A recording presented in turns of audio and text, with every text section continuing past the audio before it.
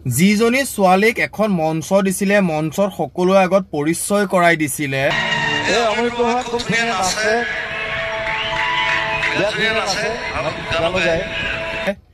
সেইজনী আজি দিনত জুবিন দাৰ লগত ছিংগাপুৰত গৈ তাত কি ঘটিল ভালকে কথা ক'ব নাজানে।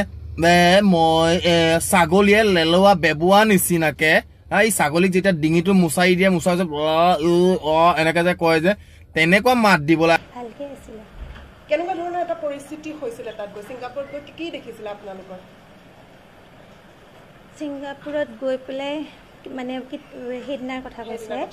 সেইদিনা নৰ্মেল আমি গৈছোঁ, হেৰি কেইটামানত 4টা তেনেকুৱা মানত পালোঁ নেকি। তাৰপিছত গৈ সেইদিনা আহে আৰু তাৰপিছত যেতিয়া তাইকে কিবা এটা অনুষ্ঠান কৰিব যাব তেতিয়া আকৌ তাই মাতটো ফুটে।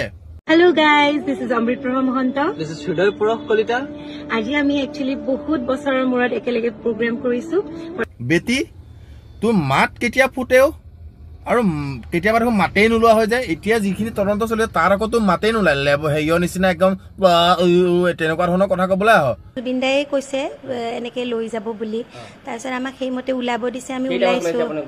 আমি তাৰে পৰা হোটেলৰ পৰা আমি দিনৰ 12:30 আৰু বাকীখিনিত তাই কথা চাবি কি, জুবিন দাই যদি তোক যদি সেই মঞ্চত যদি আজি এই মঞ্চখনত যদি পৰিচয় কৰি নিদিলে নহয়, তোক ঘণ্টাও কোনো চিনি নাপায়।